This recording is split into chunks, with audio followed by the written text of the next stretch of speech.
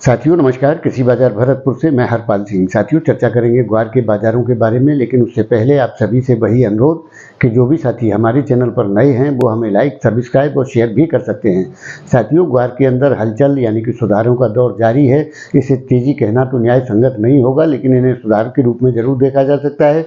ग्वार सीड का भाव 5500 रुपये को क्रॉस करती हुई स्थिति बनती हुई नजर आ रही है। उसी प्रकार से गम के अंदर भी सुधारों की स्थितियां देखने को मिल रही हैं।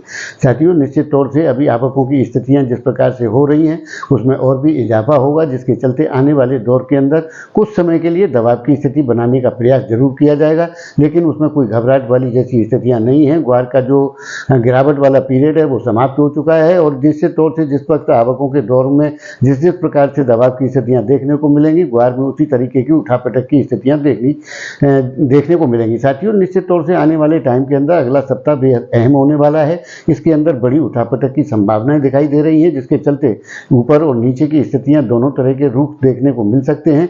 ऐसी संभावनाओं को नकारा नहीं जा सकता, लेकिन साथियों कभी बड़ी झटका पटकी होने में कभी घबराहट जैसी स्थितियां दर्ज नहीं होनी चाहिए, क्योंकि ये बाजार का स्वभाव है। जिस प्रकार से उठापटक होती है यानी कि 200 रुपये आते हैं तो 200 रुपये जाते भी हैं।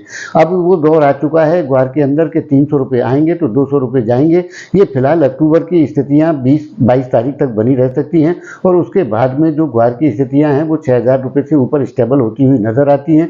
और जब वो भाव पे जाकर के 6200 रुपये पे स्टेबिलिटी आ जाएगी ग्वार के अंदर, तब इसमें वो रूपक और वो स्थितियां देखने को मिलेंगी जिसका इंतजार बरसों से किया जा रहा है।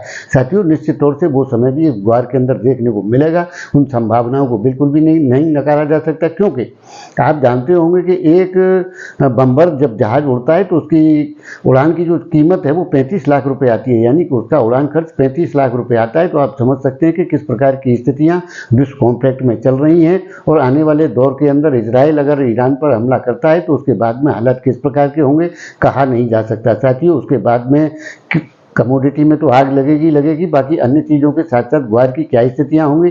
हो सकता है कि जिस प्रकार के धमाके आज की तारीख में जो उनमें युद्ध में देखे जा रहे हैं उस प्रकार की तेजियों के धमाके ग्वार के अंदर देखने को मिले। इन संभावनाओं को बिल्कुल नहीं नकारा जा सकता और किसी भी मंदी वाली मूर्खता में रहने की कोई कोशिश इस वर्ष नहीं होनी चाहिए। साथियों मैं निश्चित तौर से आपको लंबे समय से इस बात के लिए आगाह करता रहा हूँ और अब वो समय आ रहा है कि किसी भी बहकावे में आकर के कोई भी ऐसा निर्णय न ले जिससे आप ग्वार की गाड़ी की पटरी पर से उतर जाएं। निश्चित तौर से बाजारों में बने रहने की आवश्यकता है और धैर्य रखने की जरूरत है।